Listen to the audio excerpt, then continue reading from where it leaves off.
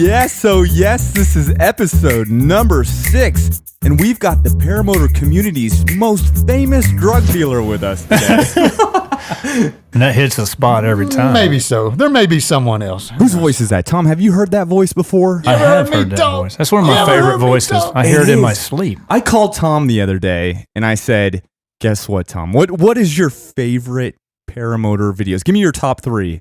And you said... I said Kyle Lowe right. And I said, stop right there. You don't need to say another word. I said, Kyle Lowe is coming to record the Paramotor podcast in person in the studio. What's up, Kyle? Drove to El Paso. Holy shit, 13 hours. Ain't been to sleep yet. It may sound like I'm on peyote, but it's really just sleep deprivation and Dos Equis. Kyle's squeezing the lime. Lime's important. The Paramotor podcast is sponsored by Dos Equis. Not officially. We're not being paid, but if Dos Equis is listening tonight, which they're not. Tastes good. Thanks, Dos Equis. What you meant to say is the Paramotor, well, I can't say it because I've had a few. The Paramotor podcast is being influenced by Dos Equis tonight. I think so. Strongly influenced. Brought to you by sleep deprivation, peyote, and Dos Equis. You were at work. You finished up, I guess, your work day, and you just hit the road from there? Yeah, Daddy let me off an hour early. He ain't worked in years, and he came in at 5 o'clock and let me skip out. How much sleep did you get while you were on the road?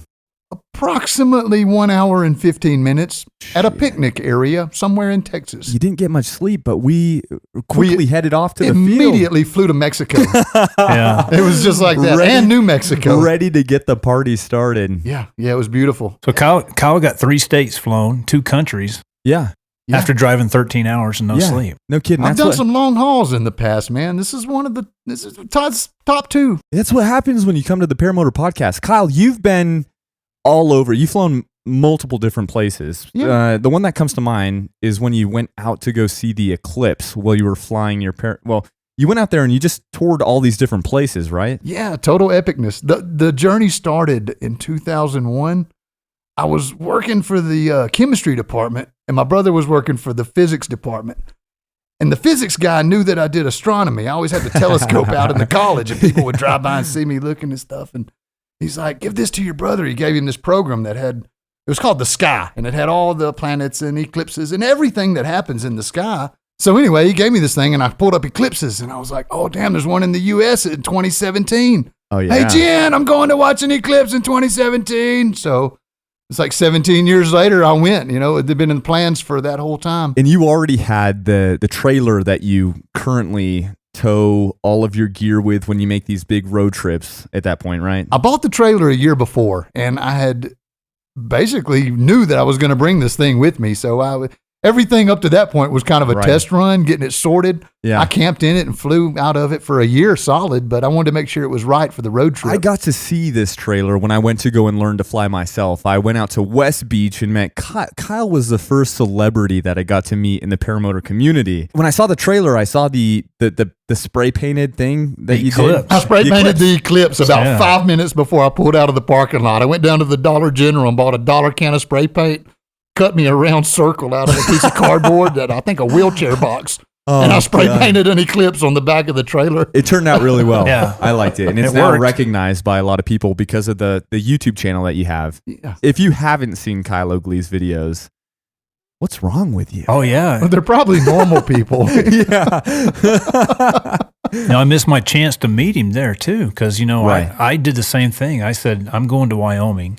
That's where he went, and, from New Mexico. So I'm going to go see this eclipse too. And there happened to be a fly-in Wheatland, which is southeast of where he was. That was my original destination. That's where I was aiming for. It was fun. I was there and I was thinking, there's no way you're going to capture this on video. It is just too spectacular. I watched this video. It's exactly what it looked like. I was amazed. I couldn't believe it. Right. And in the heart of it, when the shadow came across the ground and all of a sudden it looked like evening, coyotes started howling, crickets started chirping. And then when the sun came out, they stopped. Freaking nuts. Yeah, the eclipse was awesome. Wild. I'm going to the next one too. Yeah, so it's so amazing. April the something. 2024. It's April or May. Man, it's a long way to drive for I drove like 5 minutes. 14 days. Yeah. Yeah, no shit. I turned that into like a total adventure run. That was nice watching. Always, I'm an explorer. I'm an adventurer. I like to go fly. That's why I'm here. I want to go fly El Paso. Life's short. Who'd you go with? You went with Randall Parker and some other folks, right? They all just kind of tagged along. It was the whole point of that thing was, I named it Paracarnival. And I just kind of had an idea one day, like, hey, y'all come, I'm going to go. And if y'all want to come with me, we can just stack up like a circus and go to. Load up. We don't even know where we're going. I didn't know where I was going. First, I went to Colorado and sort of staged it and just watched the weather for a day or so and picked out which way I was going to aim because the whole idea is to miss clouds so that you can see the eclipse. Yeah, no kidding. Usually I'm looking for some clouds, but in this case, I was using the same apps that I used to fly, but to look for clear skies. And so when's the next Paracarnival? You got such a following now. You got people all across the country that know you and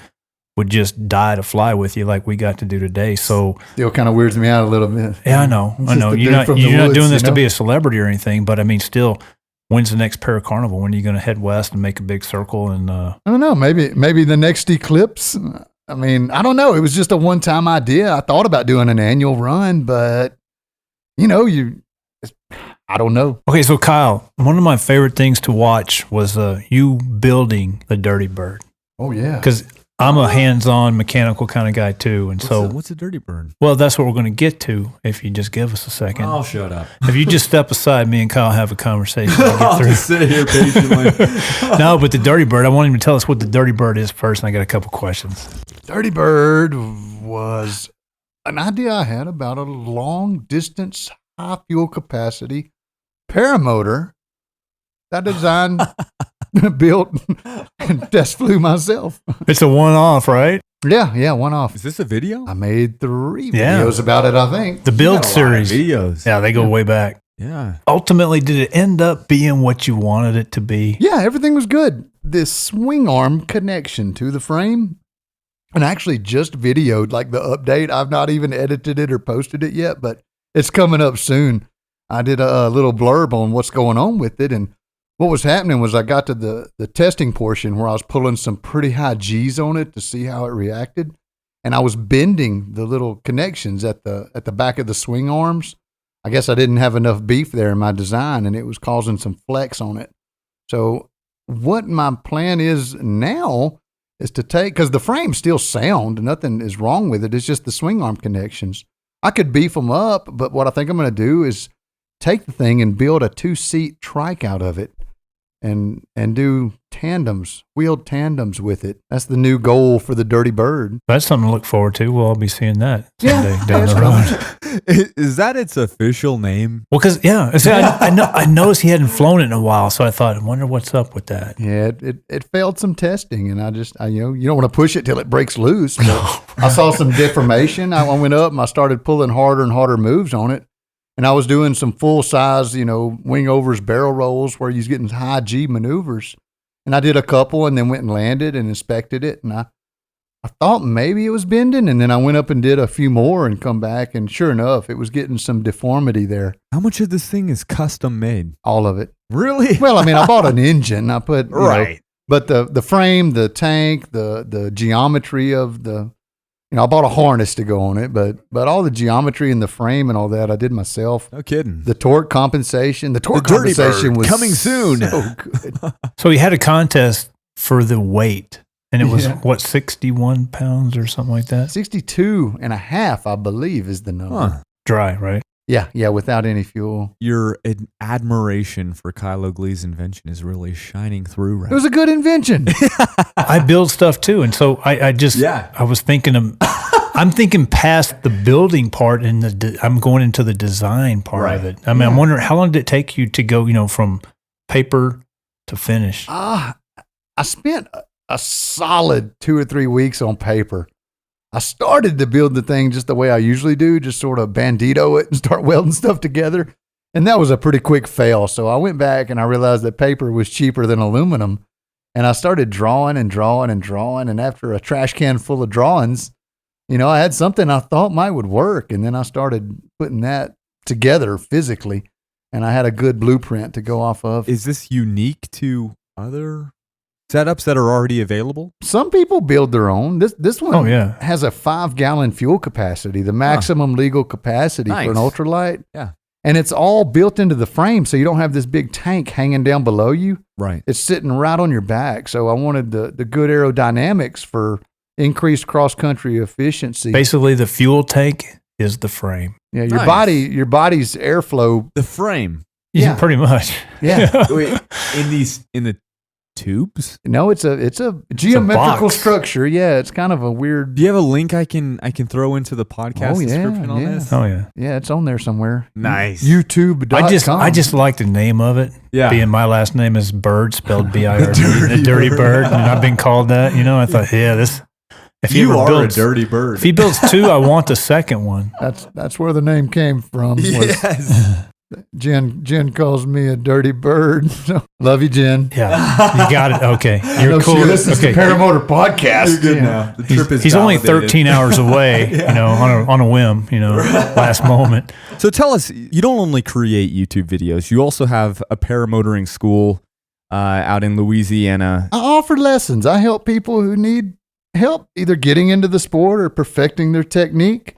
Yeah. It's most of it is beginner people who are looking for help. Yeah, I'm there to help. I keep it on the cheap. It's a low rate. Man, I can't imagine just training somebody who, by the time they take that first flight, they just find out, holy crap, I'm so nervous. How do you work with that if somebody has that fear? Students of any discipline are so different. Some people pick things up quickly and they're really good at it and have no apprehensions, and some people are just their brain shuts off. Right. And I've been lucky. None of my personal students have had any sort of major mind fails, but I'm also have associations with other instructors, and I've seen some students just freeze up. And oh my gosh, it's spooky, but you do the right thing. We're ready to cut the line, whatever. If we're doing towing, that's usually towing. Yeah. After they get their first flight, most people are good. They realize that's not so bad. And towing is something that I hadn't done at the time. The school that I went to, Lone Star Paramotor, now offers towing.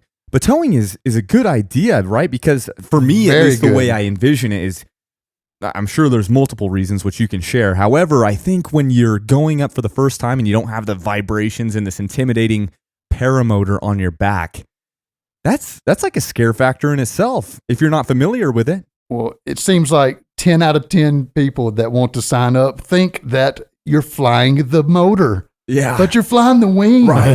The wing is your ride. The motor is an accessory. And that's a very common misconception in the sport, is that I got to get a motor. I want a motor. You don't just do paramotoring. You also paraglide, free flight. Yes. How often do you free fly as opposed to paramotor? Well, obviously the motoring comes up way more often. I live in Louisiana. Convenience. Yeah, I mean you can fly paramotors anytime. You can really only free fly when it's right for free flying. It's weather dependent. Do you have mountains in Louisiana, or is it always just tow? You got to get. I believe there may be one place they call a mountain, but it's like just over the legal definition. It's all trees. I mean, there's nothing you can go off of. But right. The elevation is high enough, I guess, to be technically a mountain. I can't remember the name of it. We seem to see you in Oklahoma a lot, so I guess that's your the closest. That's really the closest place that we have for reliable launches, and we've got some mountain launches in the Ouachita National Forest in eastern Oklahoma, and it's about a 4-hour drive for me. Right. And I do most of my mountain flying there, but I mean, I'll go in. I got a tow machine, so I can go from anywhere. Right. Oh yeah. And you fly. Okay, so you fly Louisiana. This is your first. Is this your first time flying in Texas? Oh, no. No, I've flown in Texas before at the beach several times. Right. First time out here in this particular desert, though. In the deserty part of Texas. Yeah, West Texas. This is my first time flying paramotors down through here. Because you did the paragliding competition in Texas. Yeah. Okay. Yeah. But that wasn't the same environmental area. This is high desert. Out there was kind of just past the coastal flats, right, into the more arid region, the arid flats out there. Yeah. Texas has got 5 or 6 different ecological systems. So did you get a grasp of the difference between the air from where you fly in Shreveport area to where we're at here in El Paso? The air is different everywhere you go, yet there's a lot of similarities. As a meteorologist, that the sun hits the ground, it warms the air moves. Yeah. But the terrain has a lot to do with how it moves and what you get out of it as far as the way it feels. I started flying paragliders, and I really started feeling the air more than I ever did in airplanes or helicopters or anything else that I flew previous. I was I was able to feel the air straight into my hands. Just some strings hooked to the wing. It's almost a direct connection. Right. And just to feel what it's doing and how it's moving, it was really eye-opening. And it took me several years to kind of get sort of a mental image of what the air would look like, I guess, if you could see it. Right, yeah. You could see it, you probably wouldn't fly. That's funny you say that. Right. When people ask me why did I get into paragliding or PPG or PG, because I do both also, I tell them because I wanted to feel the air. Right. I wanted to be able to try to make a visual of what's going on. Yeah, you're right. I'm addicted to it. I'm addicted to it. As a meteorologist, I'm writing forecasts and I'm out on fires with firefighters on wildfires and I'm telling them what I think the air is doing.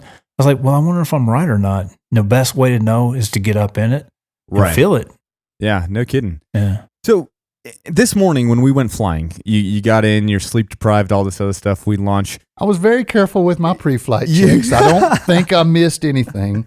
You may have seen. I'm kidding. I did miss something. I forgot to put my gas cap on.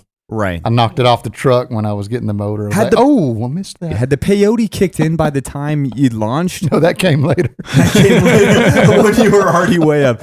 All of a sudden, it looks like a freaking Dr. There's Seuss a town book. called Peyote. I went through it just near here. There it is. Yeah. Well, you forgot your gloves. I launched. You launched first, and then launched. I guess you rushed because you landed pretty quick. Like, it's so cold. Oh my God, my hands were freezing, and all I these said, people. "Well, here, I got some extras. Take these." And then I went flying, and then you came back, and we got together pretty quick. I had to double up. I had to go. I ran home to grab my other pair of gloves.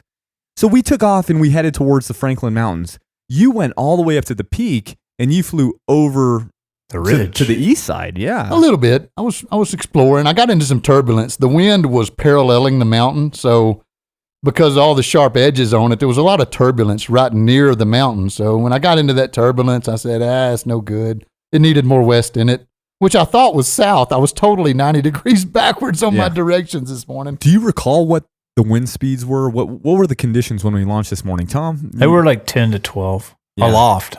But at the surface, yeah, at the they were surface, a little lighter it was than that. closer to 6, I would think. I would bet 6. And then Tom showed up in freaking y'all don't wait for anybody. Free flight wing. Going all slow and crap. I did. I went back for him a few times. You did? Yeah. Because you were on the fastest wing. You were on the Hadron XX. I was on the 26-meter Spider. And Tom, you were on an Epsilon 7 advanced wing. 7. Yeah. My ground track would probably look like a bunch of cursive E's in a row.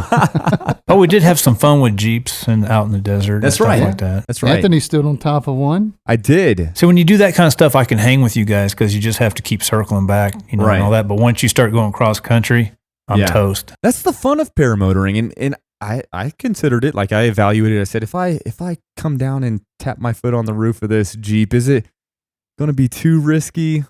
I just tapped it really quick and pulled off, and it wasn't some random Jeep. It was a Jeep with my kids in it, so hopefully. I didn't know. I thought he was standing on somebody's I didn't know either. Random Jeep. Well, I saw a kid hanging out the side, and I said, that does kind of look like one of Anthony's kids. Oh, boy. But I wasn't sure. I hope I videoed that. I was turning my camera off and on because when I got there, my card was almost full. Right. I only had about an hour of time on the card, but I had about 2 hours of fuel. Yeah.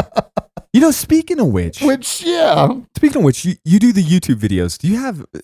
Your videos are definitely unique compared to the other YouTube. Well, I hope so, because I didn't copy anybody. Right. Honestly, just to be transparent, like I was telling you earlier, it's like this epic LSD trip when Kyle Lowe opens up his videos. It's like these colors and it's fun and it's... I'm just closing my eyes and clicking buttons, and whatever ends up there, that's what you get. Publish. I wish they were as good as this guy Anthony Vella's videos. When he does the negative at the beginning of all the, everything flashes to negative. I do that sometimes. I like that a lot. Yeah. Why do you like Kyle Lowe's videos? Why is he becoming your favorite YouTuber? It's personality. It's all personality. And for me, I have a personality? Well, a lot of people may not like it, but I do. I come from East Texas. He's in Shreveport. We grew up probably just 2.5, 3 hours from each other. He reminds me of a cousin I would have or a friend that I had during my kid, when I was a kid. So for me, listening to him is like listening to people that I know. Right. And he's down to earth. He's homey. And then he's doing something I like to do, and he's really good at it. Right. And he's always trying to instruct and teach and carry people along with him on his adventures. there's a lot to like about Kyle O when he's doing that, when he's sharing his life basically. And it's not just flying, it's the kids, it's Jen, it's everything. It's inside the pharmacy. I mean, there's just so much. And me and him have a lot of parallels. I've worked pharmacy when I was in college, and right. The more we talk, the more we realize that our lives are real similar, growing up. And we both kind of weatherman. You get paid, I don't, but. Yeah, and I appreciate how much effort he's put into getting a really good knowledge base of weather. Right. It's amazing when you listen to him give his weather talks. And, I sit there and I'm pretty critical. I'm looking for him to screw up. I'm like, God, this guy knows weather pretty damn good. Right. And so I'd call him a super user. Right. He knows weather more than any TV people, that they're sitting at home every night trying to tell you what the weather's going to be. This guy could do better than they could. A lot of the weather you learn was just by going out and watching it. No? Well, I was an airplane pilot before I was a paramotor pilot. Right. So a large part of that is the study of weather. But it's the bigger systems, I didn't really have the fine tuning on the micrometeorology, the thermaling, the cloud development. I mean, I understood the very basic level of it, but I couldn't feel it in an airplane. Right. You're hitting those things at 100 miles an hour. It's just a bump. Yeah. You're like, oh, that's just a thermal. A thermal is a bump. But when you hit them at 20, I mean, they can lift you all the way up into the sky. So it was a big eye-opening experience to go out there and experience those conditions with a paraglider versus an airplane. But I started studying weather when I was doing airplane stuff. That was a big part of it, aviation weather. Yeah. So see, he started out with a large scale, which is what you're supposed to do. We call it the forecast funnel. Yeah. You look at the big picture, right, first, and the larger scale, and then you just keep trimming it down to the local micro scale, like you just said, to where each little individual bubble that you fly in. Now, plane flies through a thermal in half a second, but it takes us, 10 seconds to get through a thermal. So when you look back on your flying days with airplanes and now you're in PPG, what made you gravitate towards the PPG, PG? The Cub. When I got in that Cub and we were landing out there on the riverbanks and doing some backwoods flying, grass strips, tail wheel. I mean, there's no door on it. There's no window. There's no electrical system. You had to hand prop it to start it. It was just simple aviation. It had an altimeter and an airspeed indicator. And at that point, I was like, man, what is the smallest, slowest aircraft available for a human? Right. And it was a paraglider. And then just behind that was a paramotor. And I said, well, I want one of those. There was no doubt in my mind that I would like it. And so I sought out several different people who were offering training and materials, and I found a guy who was more of a teacher than a salesman, and I recommend that anybody would do that. Where'd you go? Who his name is Britton Shaw out of Fort Smith, Arkansas. He's a real deal Jedi. Yeah, he does free flight and paramotor training, and I've learned both from him and gotten so much knowledge. He's not so much an instructor or a mentor anymore. He's more just a flying friend.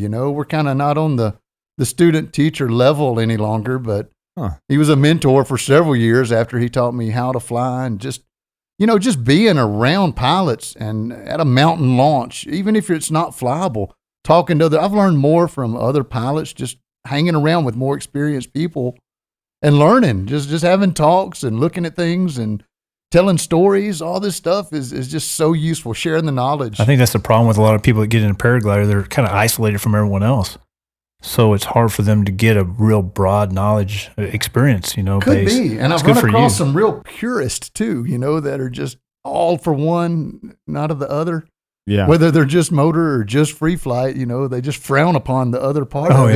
Yes. When I first got in, my instructor said, "What do you want to do, PG or PPG?" I go, "I don't want to do PPG." Where'd you go, Tom? Had here in town. Had Robinson. And Had with the USHPA was the instructor of the year last year. I'm not kidding. So he's a pretty dang good guy. I mean, he really cares. He wants you to learn. He wants you to be safe. When did you learn how to fly? About 4.5 years ago. Okay. So I've been flying. I got at least 400 hours. The funny thing about like paramotoring or paragliding is the majority of individuals that we've come to know, it's still relatively new. It's not like we're going back 20 years. Of course, in the last episode, speaking with Eric Dufour, he's an exception. He's been doing it flying since 1992. But for the majority of us, it's still relatively new, yet it's a sport that's growing so fast. Well, 20 years ago, it was so sketch too. Right, right. I watched some SIV videos from like a couple of decades back, and just pulling like an asymmetric collapse more often than not, it turned into this terrible cascade all the way down to the water. Right. Yeah. And these modern gliders that we're flying, I mean, it's hard to put them in a bad situation. Right. Right. See, I'm already thinking, man, my glider's like 6 years old now, and I'm like, damn, that's dangerous. Because you just think about how good they are today. Right. Yeah. And my glider from 6 years ago was awesome compared to 20 years ago when they were flying bed sheets, And you are at the point where you're considering your next wing, right? Oh, big time, yeah. Every day I think about it. I spend a lot of time on the internet just going wing to wing to wing. So where are you at? So what are you thinking? Hadron, Nucleon. Hadron. I feel like Sirocco. I know somebody who flies the Hadron XX. I think in particular, I want to get to just that. An FYI, I've flown the Nucleon and the Sirocco, and I like the Sirocco better. Really? Nothing against Dudek. I fly Dudek all the time. Yeah, but you do. Between those two wings, the Sirocco takes the bacon, I think. Why? It just felt better. Yeah. It felt faster. It's lighter. It's easy to launch. Super yeah, easy, right? even doing big wing overs on it, they felt more solid. Yeah, Mitch, who's on the podcast with us, he keeps And they're both good wings. I'm not knocking the Nucleon. I'm just saying if I he had to keeps pick- telling me and Anthony to get the Nuke. Right. Which for anybody wondering where Mitch is, he's on vacation. So he will be back in a while. I saw a picture of him today. I was hoping to meet him. Yeah, no, That's too you bad. Yeah. We've had some communication on the internet. He's otherwise committed. Mitch, if you listening to this, I'm sorry I missed you. Really looking for that ride in your helicopter. That's right. Oh wait, no, he said he couldn't give me a ride in it. He could just show it. He could shoot you with it. You want to touch it? I would have touched it. Is there ever, like, you're out there and it's nice and you're training students, is there any bit of resentment that, damn, I want to be in the air, but I'm stuck down here on the ground training people? No, man, I fly all the time. I mean, I get so much time in. I fly when they can't. If I've got students, I'll go in the middle of the day when it's not right for a new guy to go up. And then whenever it turns buttery in the evening, if it's good for training and I've got training, then yeah, we do what's right for everybody. The local instructor keeps trying to, he's old, he's ready to get out. And he keeps trying to sell me his business. He says, oh, you're a good trainer. And I think I do have a knack at putting forward, how to paraglide, how to launch, land, all that kind of stuff. And just this week, he had a student in from San Diego, and he had a death in family. He left. He asked me if I would take over for a day or two. And so I went out with a student, but I got to thinking, damn, this is a shitload of responsibility keeping people safe. Yeah. There's a whole step up when you start taking on instruction. So I kind of got uncomfortable myself, even though the guy said, man, thanks so much. I got some great takeaways. I'm not nervous with you and all that kind of stuff. And you really helped me. And he did great. I mean, once you know what to do, but to be able to teach it to someone, I mean, there's teaching and then there's learning. And sadly, most of it falls on the student. I mean, you can show them, you can teach them, you can tell them all the right moves, but it's still up to them to learn those moves and put them in at the right time. Right. It's different, and students come in all shapes, flavors, and progression levels for sure. Yeah, I'm sure you see people some progress at different levels. It's they've got different athletic abilities, different mental capacities. Right. I mean, there's so much. Everybody's so different, and you just got to tailor the training for the student. Look at where they're at, where they can go.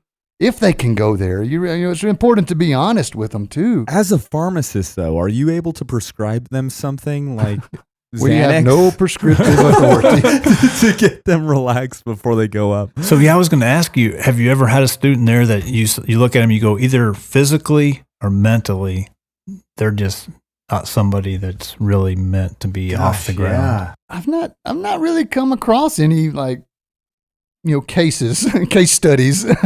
Right. I've seen some stuff. I've been in lots of training scenarios, not as the instructor, but there when some things have happened over the years. I've seen lots of different things, but not any of my personal students. I kind of keep it just where it needs to be with them. I let them know straight up what they need to be doing next, what they need to perfect, and what the next step is once they do that, so they know what they're reaching for. Kyle was kind enough to go out to the field today with Leandra. Now, she has zero background in flying. So as an instructor, How would you say she did? Man, she progressed tremendously. She did. She went from putting the wrong moves in to putting the right moves in. And then toward the end, she was putting the right moves in the right amount. And that's huge when you make that step. Right. Because putting the right hand, left hand, it's still too much usually. 9 out of 10 times, they're putting way too much for way too long. And then you're like, when you see them slow it down and just pump the brakes. And it was a challenging afternoon. The winds were a little bit on the high side. Yeah, it was wonky as all rip. And that was her first try? Well, it was her second try. I took her out there once before, and the winds were way more stable. Today it was it was a challenge, but I think that's kind of what to expect with this El Paso weather system. Is it can get kind of switchy, especially with the thermals as strong as they are. Like 1 second it's blowing one direction, and then the next second it's completely opposite. Well, Kyle said it when we were out there. You watch someone kiting at the beach, they don't move. Right. I mean, you get such steady laminar air, you just stand in one spot and watch the wing. Right. You don't even have to watch the wing. You just hold the toggles. You don't have to use brake or anything. Right. But here, you're always working it.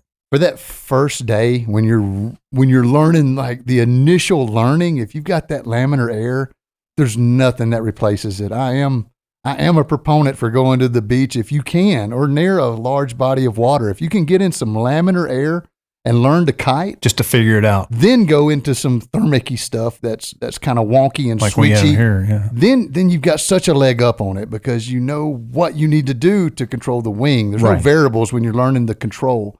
Once you learn the control, it's a matter of you can inputting that. Yes, yeah. right. Yes. Baby steps, Yeah. But Leandra went out there and did great. I saw a massive improvement just from, she was hooked in for 45 minutes or so. Yeah, right.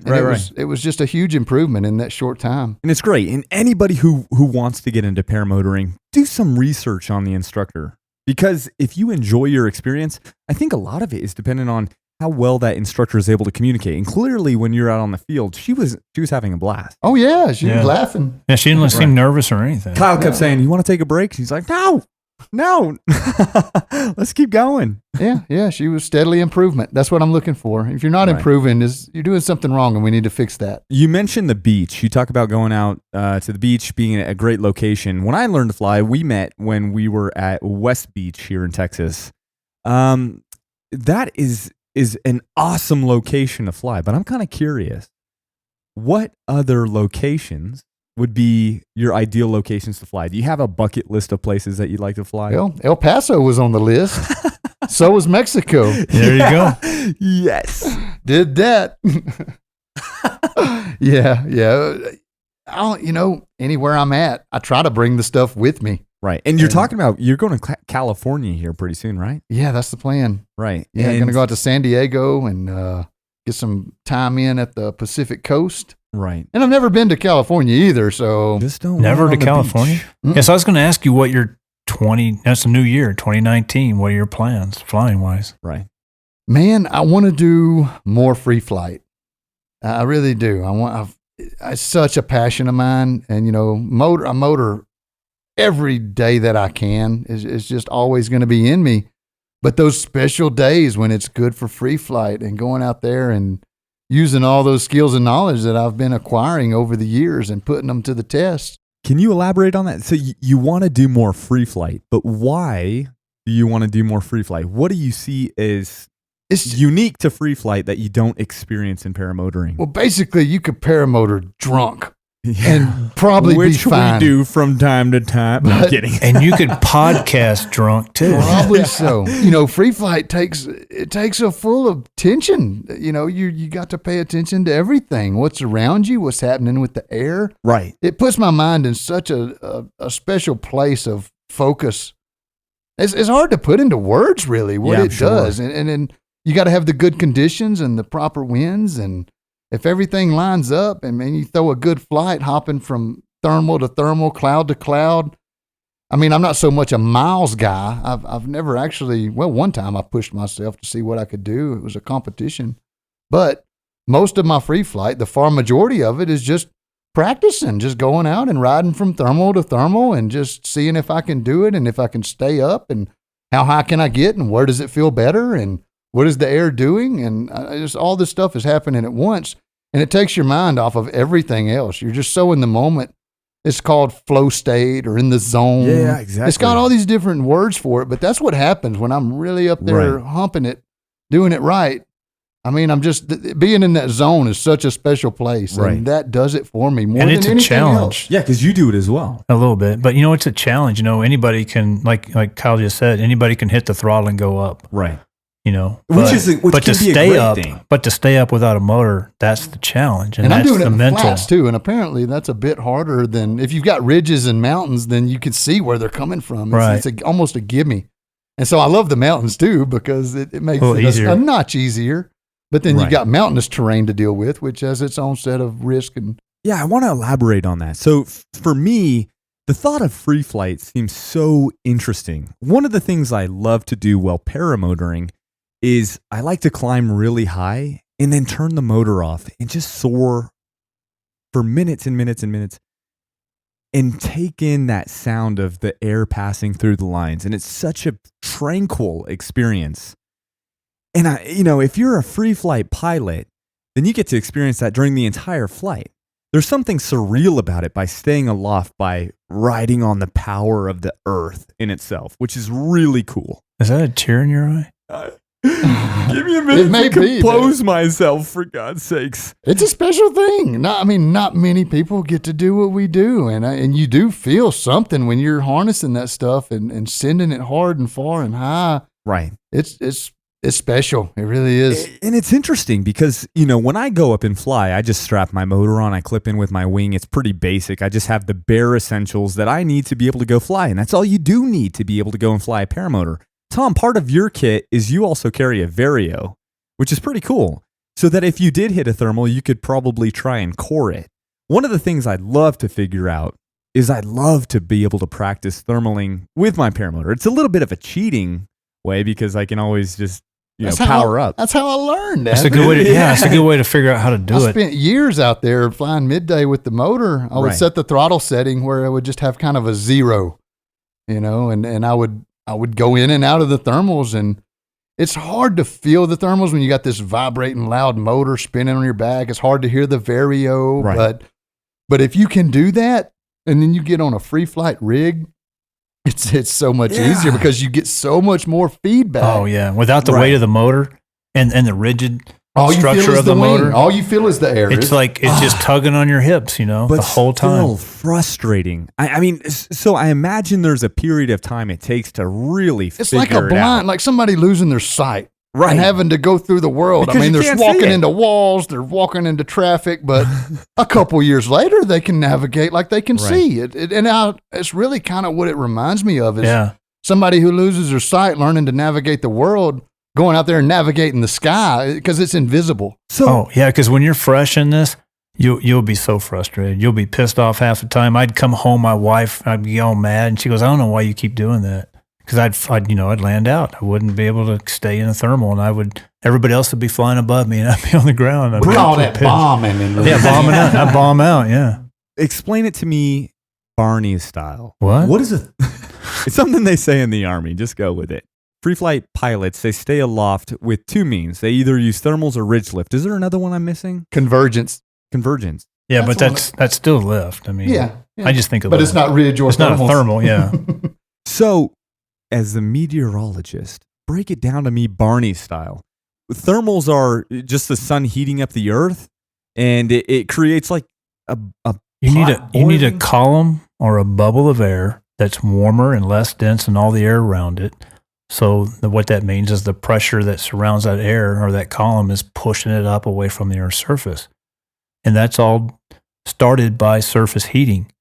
So if you get good sun on the right kind of slope or the right kind of color of the surface, and it gets what we call differential heating. So there's going to be a spot there that's heating more than all the ground around it. Right.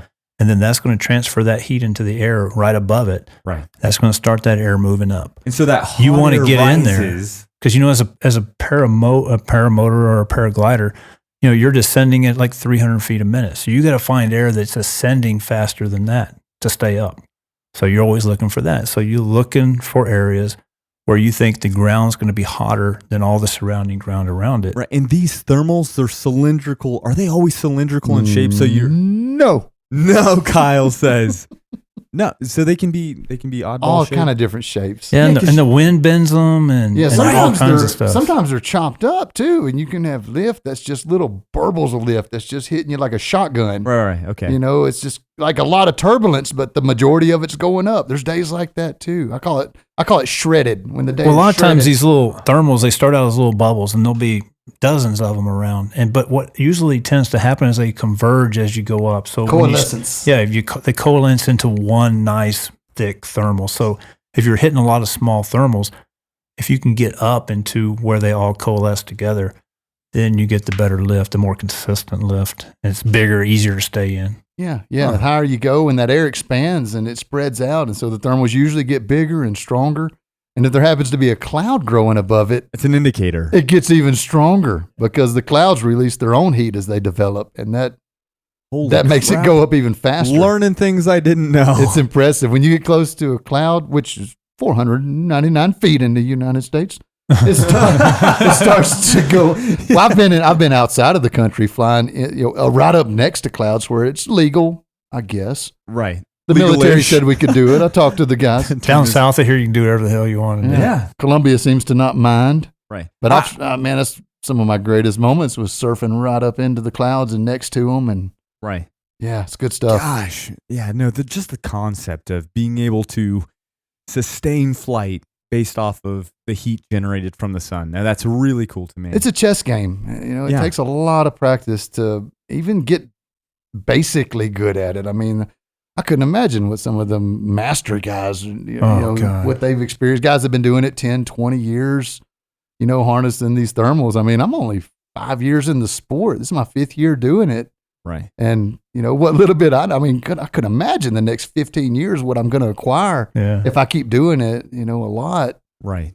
So what do you, as a paramotor pilot, as well as free flight, is there any advice you could give to somebody who's interested in thermaling on their paramotor?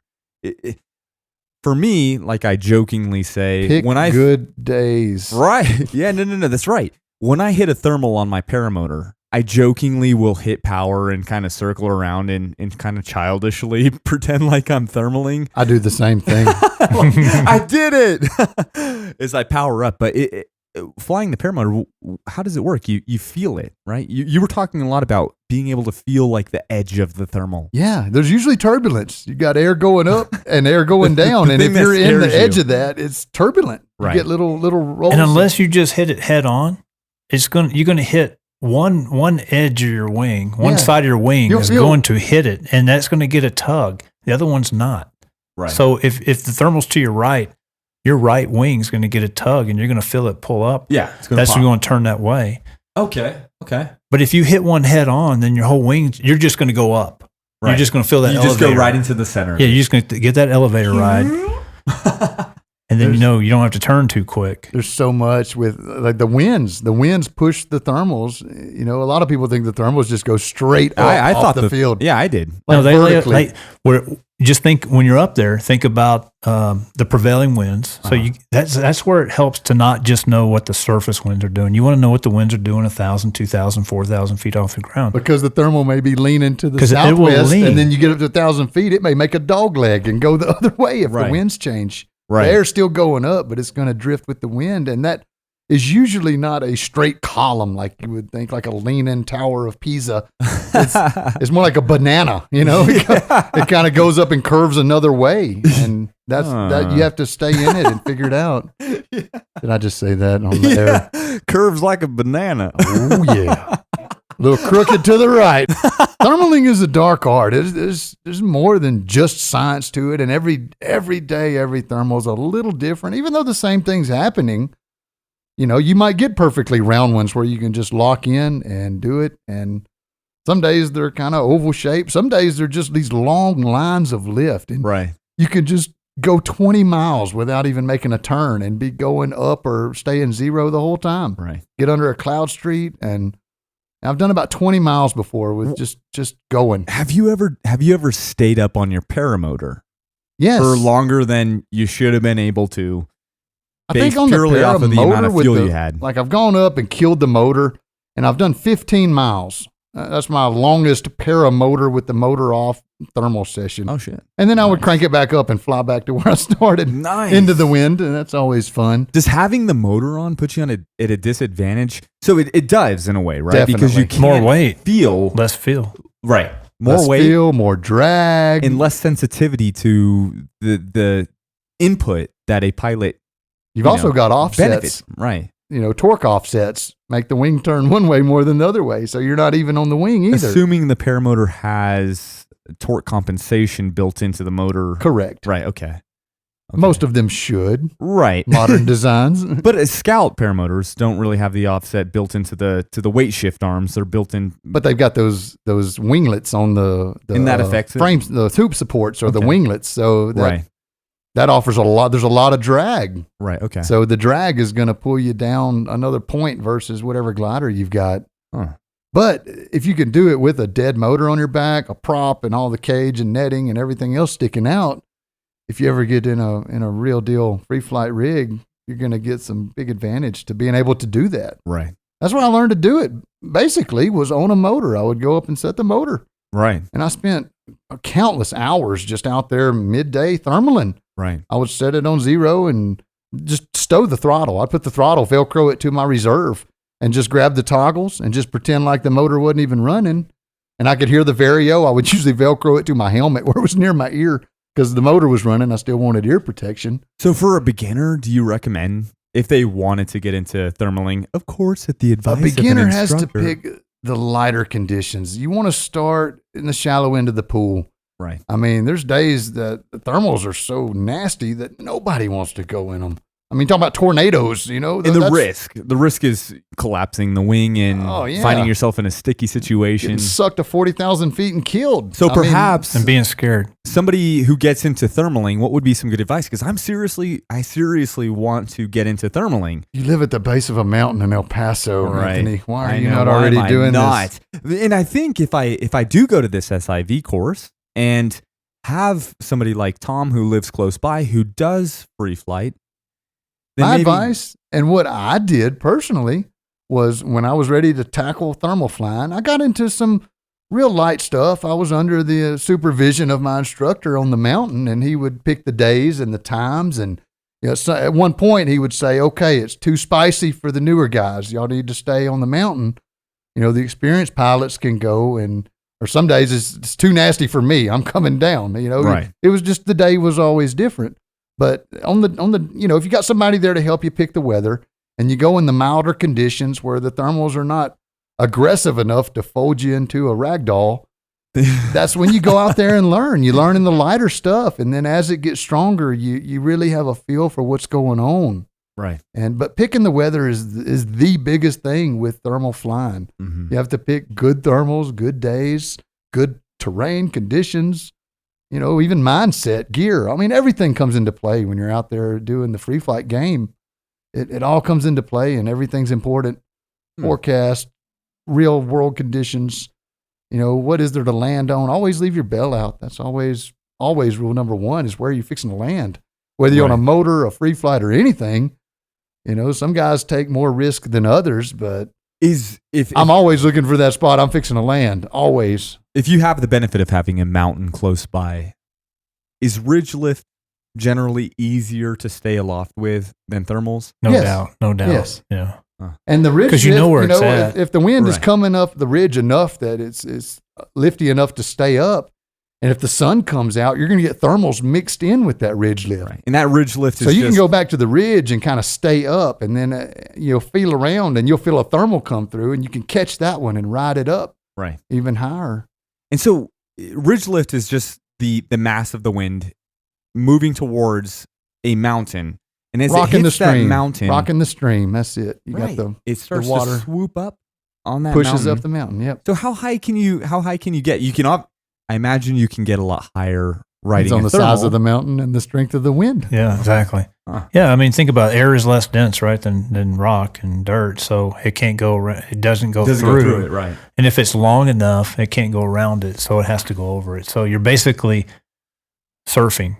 Is exactly what you're doing. You're surfing a wave. I've used that word quite often when describing flying. It feels like surfing or carving or. Yeah, you're surfing a wave. And if the wind's a little stronger, that wave may be out further in front of the mountain and a little bit higher up. You got Venturi effects where there's a saddle or something. You don't want to be there. Yeah. So when you're flying the Franklins, you don't want to go through Trans Mountain Road, that gap. Right. That's called the Dragon's Mouth around here for all the free flyers. Because the air gets funneled through and gets this faster. V-shape in a cut in the mountain where it just creates something that's too much turbulent. Too strong, too turbulent. Strong. Yeah. Faster, less sucks pressure. You in. Bernoulli's effect. Somewhere you don't want to be. But if you get high enough, you can fly over it back and forth because then you're above that effect. So it's not a problem. You can see the mountain out your window right now. Yeah, I know. I want to be out there every morning, out there launching off that dang thing and landing in your yard, Anthony. So the difference, you are perfectly positioned to learn how to both ridge soar and thermal fly. I don't really have a wing designed for it though. I own a 26-meter Spider. Perfect. It'll do. You can do it on that. Oh man, you got think nowhere so? to go but up. Why do you don't need a free flight wing to do it? I learned on a Muse 3 and I want all Simonini the advantages 122, man. Yeah. A fresh breeze motor. That's what I learned at thermal on was a Muse and a fresh breeze. So I can fly over there with my paramotor on my back. I can cruise on over to the Franklin Mountains, and then so long as the wind is hitting that mountain head on or close to it. Yeah. So you want a west wind, right? Right. You want to go out there and feel it, man. Go out there and of course, look at Just your go to forecast. Call Tom. Say, hey. I just get scared. The problem is the closer I get to the mountains, the more bumps I feel because of course it feels like free flight. When you sign up to do free flight, it comes with the cost of putting yourself in more turbulence than is expected with paramotoring because paramotorists generally look for the calmest conditions and it's just like glassed off. But free flight, it's like, hold on, you're going to get bumped around a little bit to stay aloft. You're fixing to go do your first SIV. Yeah. That is, and I was talking a while ago and I got sidetracked about the progression going out into the lighter thermals. Well, after you experience a little bit of that, which you probably have at this point, you're scheduled for your SIV. That is the next step. You go out there and learn to fly your wing when it's not fully opened. Right. Learn some stalls. Learn how to get out of a spin. Do your back fly. That's important. Right. And I know you want to learn to do a sat. Right? Yeah, I sure That's do. Cool. That's a cool move. Everybody learns to sat. It's like, oh, I can sat now. It's hot ship. But yeah, if you fly out here, you know Rowdy Air and shoot, Anthony and I were up 3 days ago, and it was pretty spicy air that day. I mean, it was crazy. And we talked about the confidence that you gain by doing it, and by just flying with another individual. It's like sometimes flying alone. You ever notice it's going to give you a huge boost, and you're not even going to worry about those bumps anymore because you're going to realize that these bumps aren't even doing anything to this wing. Right. I just feel a bump. It's like a rock in the road. Which today was the first day that I flew trims out all the way, and it was a little bumpy. It was some bumps today. Yeah, it was picking up as we were going. And I'm sure once I get a reserve, I'll have more confidence. Reserves are great. They tend to work most of the time. So we're leading into what I was going to ask. Kyle, you seem to revel in Rowdy Air. Almost. I mean, I watched some of your videos and you when it gets bumpy, you go, oh, good. Maybe there's some thermals around. And so it's like you almost get excited in air that kind of makes a lot of other people nervous. So how do you get to that? And, we call that bump tolerance.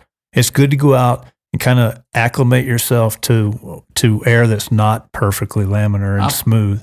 I progressed very slowly. I mean, this is over. Again, this is my 5th year. And probably the first year, I don't know. Sometimes, the bump tolerance just grows the more Rowdy Air you get in, and then doing the SIVs and knowing that when your wing collapses, it's almost a joke. Like, oh man, I let it collapse. Stupid cow. But it's a joke at that point. Before the SIV, it was like pucker my butt. Right. Oh God, I just had a collapse. I look up and I don't even see it because it's opened up already. But I know what happened and I felt it. Yeah. And it spooked me and I was like, oh Lord. And so the benefit of going to an SIV, of course, is starting to understand how quick your wing responds on its own, and it gives you a lot of experiencing trust. How it responds Right. when it goes down, and that's nice. And, then Right. Then you go out in the wild and you have a 50% asymmetric, and you pop that sucker right out and keep on rolling, and it's good. And it's interesting. So with paramotoring, you really don't expose yourself to more collapses because you're generally flying in calmer conditions. So what are the reasons that collapses happen the most when you're flying under power with paramotoring? Well, you flew in some bad air. Okay, so you fly in bad air, but what are the... you're trying acro moves you're not ready for. So like wingovers. Wingovers sometimes you can have a collapse result... on a wingover, yeah. Right. Yeah. By not providing like that outside brake doing the pressure. moves wrong. Right. Yep. Huh. And then because every time... So I've started practicing wingovers, and I notice that sometimes when I exit that last big one, I'll feel a drop in one side. Uncoordinated a little bit. Yep. Yeah. Yep. Absolutely. I'm learning. And so by the time I turn my head up to go and be like, what the hell just happened? Yeah. That's how you learn, though. That's how you learn. You progress slowly and you make them a little bigger than you did before. But I got to tell you, it gets to a point, learning wingovers, where you get to the full commit. Yeah. And if you don't do it, it could end very badly. Right. When you're making big wingovers, shooting way up over the wing, full reversals, you get to a swing where, this is fixing to be a big one. Right. And you need to be on your game the whole move through, or you'll have a collapse. And what's the biggest risk? What is falling in? Yeah, falling through your lines and getting tangled and spiraling to your death. That's the biggest risk. So do you think that it's I think you should do it over water. Do you think that you need a reserve? Maybe. No, I'm kidding. Okay. I keep telling everybody, Anthony's looking for the first person on the face of the earth to tell him he doesn't need a reserve. I did my first 200 flights without a reserve. And that's why I told him I went 6 months without a reserve. But the first year of flying, I didn't do anything weird. I practiced launching and landing and perfecting my technique. I wanted those fundamentals rock solid before I did anything else. I wanted to be able to spot land on a dime every time. Right. I wanted to fly through rotor, mild rotor. Now, again, stepping into the pool, you get in the shallow end and you work your way down to the deep end. Uh-huh. You don't just do a swan dive into the deep end and say, I'm going to fly in some mountain rotor today. No, that's like hundreds of flights later when you've, 5 miles an hour behind a tree line and see what that feels like. It's bumpy. There's rotor. You feel the rotor and you learn what it feels like, but it's not dangerous. It's not going to fold you up and slam you into the dirt. Right. Whereas 20 mile an hour wind over the mountain probably would. Something I've started doing recently is I purposefully am turning around on myself and trying to fly through my own wake, just to get used to it, to feel it, to see if I need to do any inputs, to correct things. Right. I've started doing that on purpose. I flew through your wake today on purpose, Anthony. Oh, yeah, you did. I did. Right over there by that Mexican border. I said, I'm finna hit his wake. 3, 2, 1, boom. And it's cool because with the wake thing, where initially, as I started to fly, every little bump scared the piss out of me. What is that? What is that? Yeah, I know. And today, when I feel the bumps, I'm a lot more confident. But like you were saying, Tom, when I go through, it's almost like I'm looking to experience it and see if I can respond to it. And it's like giving myself an opportunity to increase the amount of trust that I have in my wing by putting it through that, knowing that it'll be okay. And it's just like a check. It's like, boom, I went through my wake. I'm A-okay. In fact, I asked Mitch not too long ago, so I see him always going through his own wake. And I said, how do you do that? He goes, always fly 5 feet above the last pass and try to stay out of it. I don't want to talk about yeah. And so I was like, I didn't know that. That's a new trick. But then I started saying, I want to fly through my wake, but not at 2 feet off the ground. Can we not talk about Mitch? It's really sad to me. Poor Mitch. I know. I wish he could be here. Yep. Him and Clint. I was looking forward to meeting both of those guys. Clint. Yeah. Clint, is up in Ruidoso.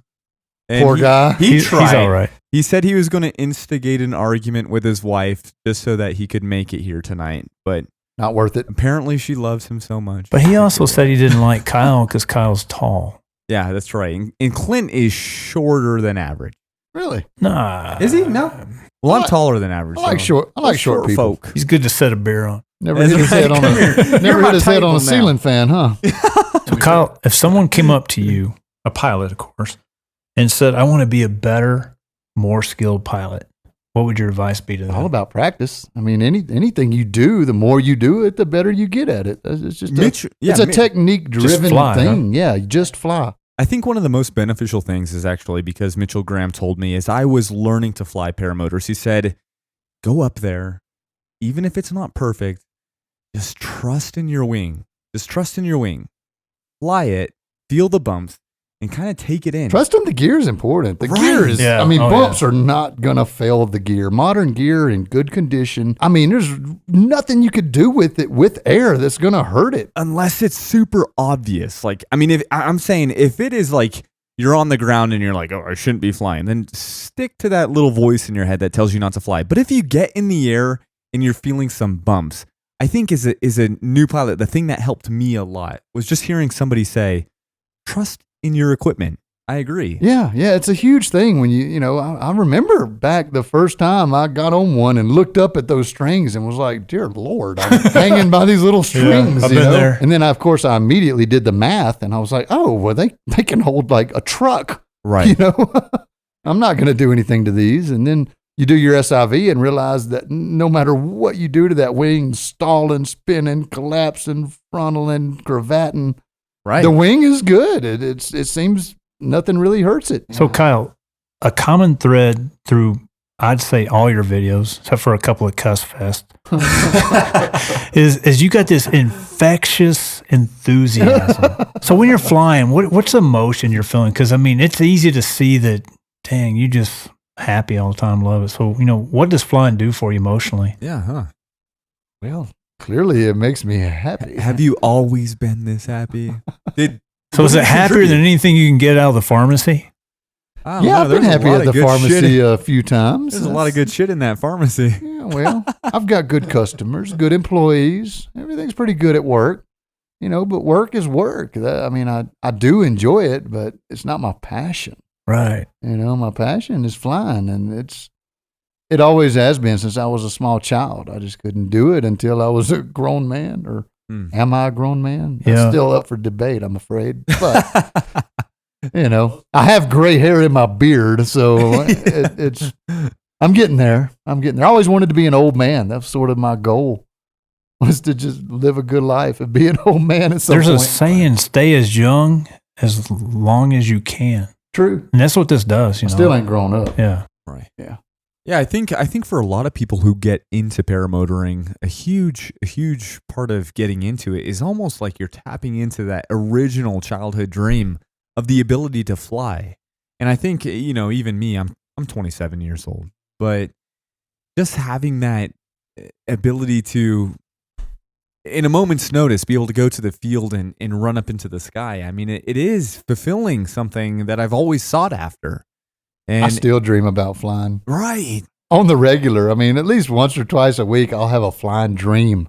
A paraglider dream or a flying dream? Have you always had It's that? always different. Yes. Yeah. Always dreamed about flying. I've outgrown mine, but as a kid, I had a dream that I could fly without anything, but I had to concentrate. And if I lost my concentration, I'd sink to the ground. Right. So, you too. Yeah. So this is my realization of the dream. Oh man, when I was younger too, same here, is I had this dream, and perhaps it's what was the driving factor that got me into paramotoring, was that when I would be laying in bed and I'd drift off to sleep, I'd all of a sudden find myself in this dream where I could run, and then I'd take bigger steps, and I was all of a sudden floating, and then all of a sudden I'd step up and be floating or flying through the air. Yeah. But unfortunately, for whatever reason, the dreams always ended with all of a sudden I'd sink back to the ground and I'd wake up. And so I had to get a paramotor and then get it into the actual. Sometimes I wasn't sinking, I was falling fast. Yeah. If I lost all concentration in my dream of all that it took to fly, I would just start screaming to the ground. And when I wake up, the bed would shake. So I would physically jump, thinking I'd made impact. I guess the answer to what emotion do I get is it's for real. I'm flying for real. Yeah, right.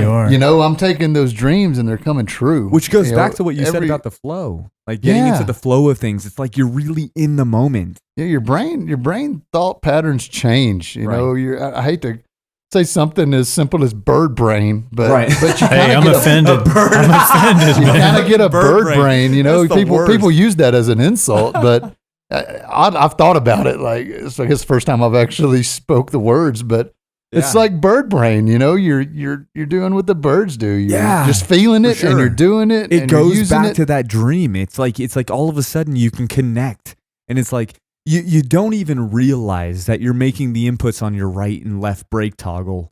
It's just like you want the wing to go that way, and you do it, and it happens. It's like driving, you know. At first, you're like, okay, I need to lift my foot off the brake, put it on the gas, push the gas, turn the wheel.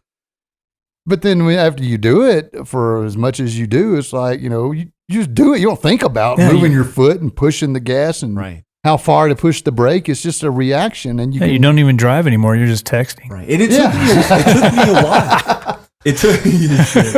It took me a while to get to that point, but eventually there was those first signs that all of a sudden it was starting to feel natural. And that's when it really clicked. Like, the flying becomes reflexive. You start making the right moves on purpose, and then they become sort of reflexive moves. When you stop having to think about it, that's when you know you're getting your skill level up, I think. Mm-hmm. Just when we were kiting out there this evening, I was talking about, you know, what we were doing with the, you know, put your left, your right, just enough. Right. Well, Kyle, man, it's been great flying with you today. Yeah. Showing you the ropes out here in El Paso, the air we got out here. It's been great meeting you. So much better doing this here in real life. Yes. Hey, man, thanks so much for making a huge commitment to drive out here and visit with us. And thanks for building this studio, Anthony. You get to see it. I get to talk into a real microphone. And, and he didn't make you sit on the black couch. There's no black couch, Tom. I know about the black couch. I've been on the internet. No, seriously, Kyle, thank you. No, seriously, thank you for coming out here. And hopefully in the future, you know, it'd be awesome to be able to reconnect with you in future episodes and be able to have you rejoin us. We can be friends now, right? Yes. All right. You mean for real friends? For real friends. We're friends now. What about benefits? That comes with time. We will get into the details as soon as we hit the stop button on this. And we still got to eat the enchiladas, you know? Yeah, that's right. We got dinner sitting on the table for us. Thank you again. And thank you all for listening to episode number 6 of the Paramotor Podcast with Kyle O'Glee. If you haven't done so already, go over to www.facebook.com/the Paramotor Podcast.